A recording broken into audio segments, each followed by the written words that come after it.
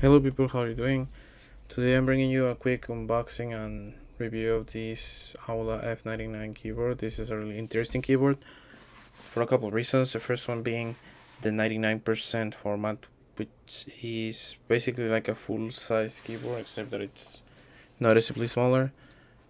Like you have your old function keys and your numpad, but again this occupies less space. Another one is the price. I got this for 64 bucks, which is a really good price. Another one is the 3 modes of connection, which we will get into a little bit later, but let's open the box.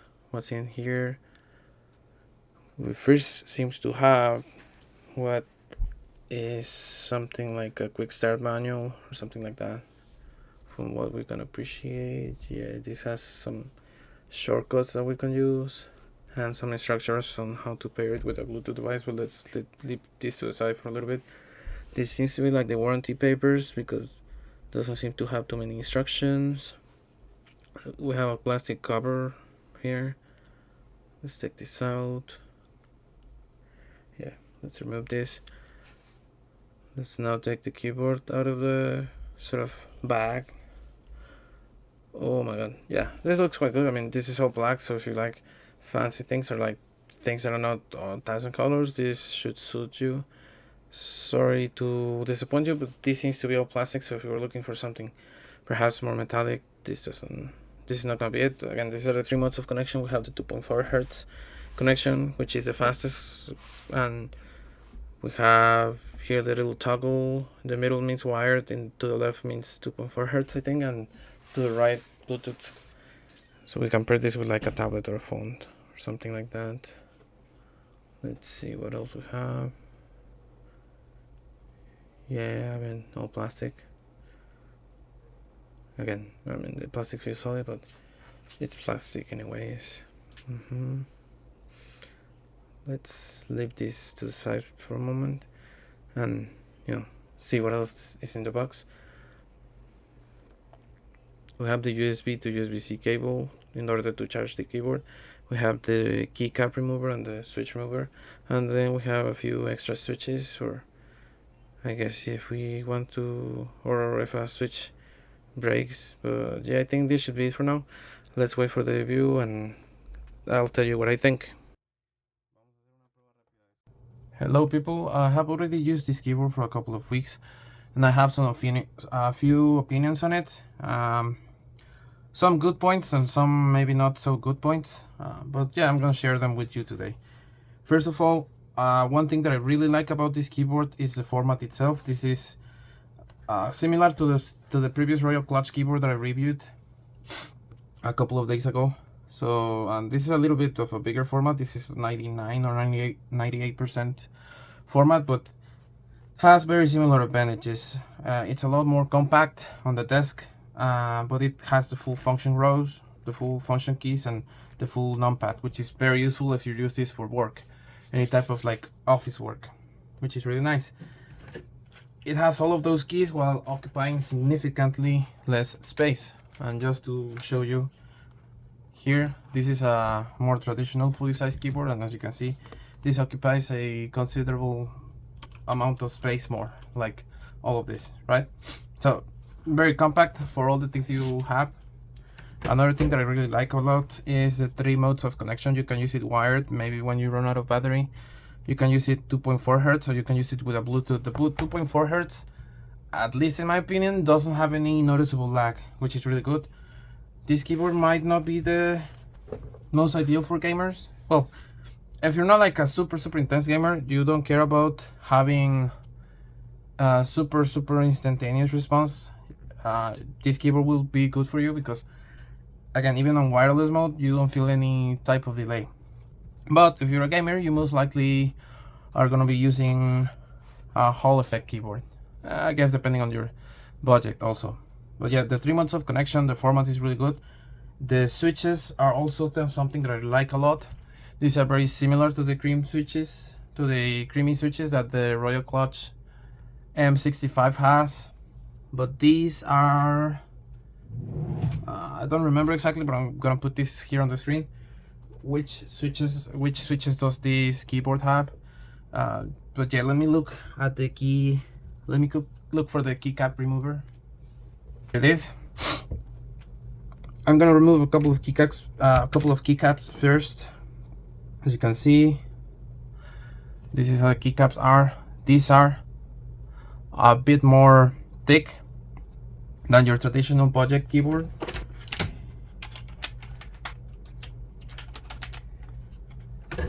Just to show you, compared to this, I mean, they are a little bit more thick. They're a little bit thicker and just overall feel nicer to type on. They have a bit of a texture, not too noticeable, but yeah. Maybe, I mean, we could even compare these to the Royal Clutch keyboard, to the Royal Clutch keycaps. Give me a moment. Okay, I have found the Royal Clutch keycap, and here it is. As you can see, again, maybe this is not as noticeable, but this is a little bit thicker, which is really good. Makes this feel a bit more premium. And now let's take a look at the switches. These are gray wood switches, and these are again a lot more creamy feeling than the yellow switches on the Royal Clutch. Or we'll just take a little, just listen to this a little bit.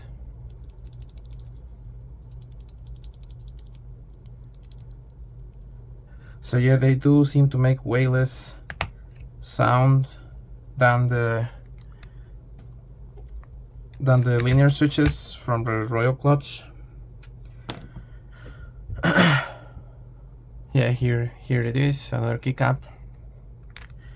These have removable keycaps and also removable switches. They are compatible with 3-pin and 5-pin switches, so if you want to exchange this. Another really good thing about this is that this has a gasket mount, which helps with the feeling of this, or which helps with making this feel more creamy.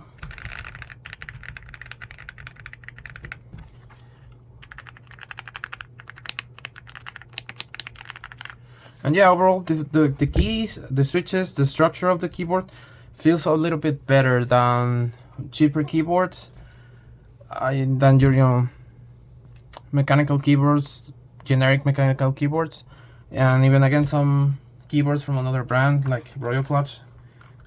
Here it is, the keyboard that I reviewed just a couple of weeks back. Just give me a moment. Here it is. As you can see, just take a sound of this. I mean, it doesn't sound that bad, but yeah, I think this definitely sounds better, and this is an issue that the Royal Clutch has.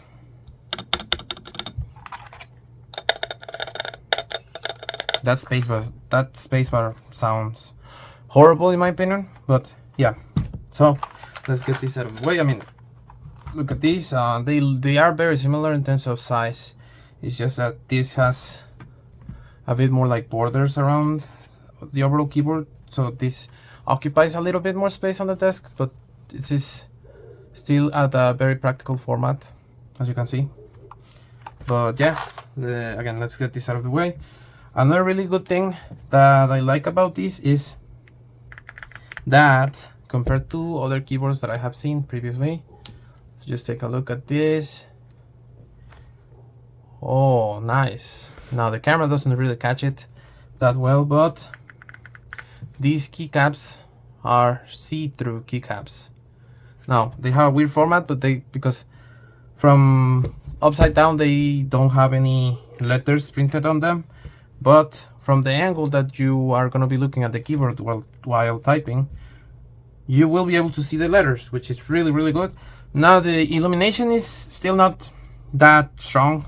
I mean, this is peak brightness, and just take a look at this. I mean, this doesn't look too particularly bright, but this is still overall decent in my opinion. And again, much better to have see-through keycaps. The battery life is decent. I usually charge it every like 6 days, so this is not the best, but you know, it's very workable. Very workable. The overall feeling on this keyboard is really amazing. Again, for a budget keyboard, I paid like $64 for this. This feels awesome. This is much better than your generic keyboards that you can get for like 30 bucks or 40 bucks. And the fact that this is wireless makes this a lot more practical. So you have a lot less wires around the desk, which is something that I appreciate a lot. And yeah, the black color is also really good. This has a couple of functions you can do, like there's a couple of things you can do with the lighting. For example, you can change the color of the light. Let me turn this off again. And this, so you can change the color of the light. Let's hope the camera catches this. So yeah, like individual colors, or you can also put it on RGB mode. I think that's the RGB mode. Yeah, you can increase the brightness, reduce it like this. You can increase the sort of speed of the effect, and you can also use the function keys as media keys. But yeah, this doesn't have like dedicated media keys, which might be a bummer for some people. The problem with this, or the sort of detail that this has, this doesn't come with an armrest. Now I haven't been in a position where I feel like I need an armrest, but I mean up until now it has been good for me. But if you really need an armrest, maybe you type for like, I don't know, more than 8 hours a day, you can purchase another armrest on Amazon. But yeah, this might be this is an issue for some people, that this doesn't have an armrest, but overall not for me. And yeah, I mean, this would be pretty much everything about this keyboard. Again, do I recommend it? Yes. The switches, this is I guess a bit more of a subjective part, but the switches feel really good. The creamy switches make it so that your fingers don't get tired too much. Maybe for gaming you would prefer linear switches, or again Hall effect switches, but if you want something that it's able to do both, you won't get disappointed with this. So yeah, this is the review of the AULA F99 Pro keyboard. Really good keyboard. I got this for 64 bucks. So if you are able to get it around there, from like 50 to 70 bucks, I don't think there's a better keyboard than this. Again, depending on what you're looking for and what type of switches do you like. But that should be it for today. Have a good one. Bye bye.